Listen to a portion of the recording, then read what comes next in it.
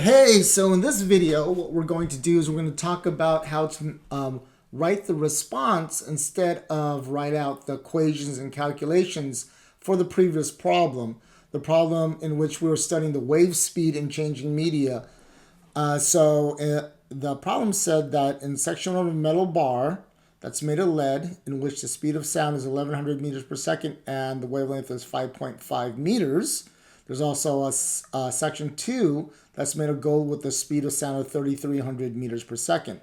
And the question was, what is the wavelength of the sound in the gold section? So the first part, if we were to write out the equation, we would write out the wave speed equation. In this case, it's written in terms of the frequency, where you take the velocity and divide it by the wavelength.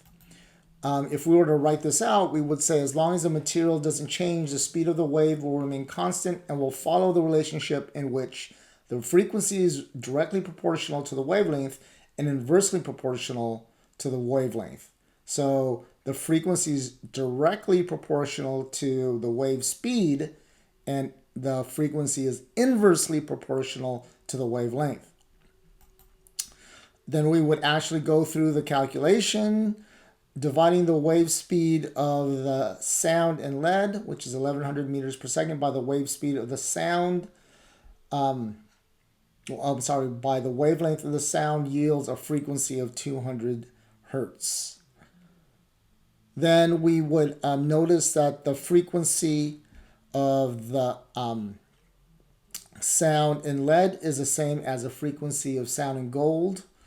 And we would write something along the lines of when a wave travels from one material to another, the frequency remains constant. Therefore, the frequency in the gold section will also be 200 hertz.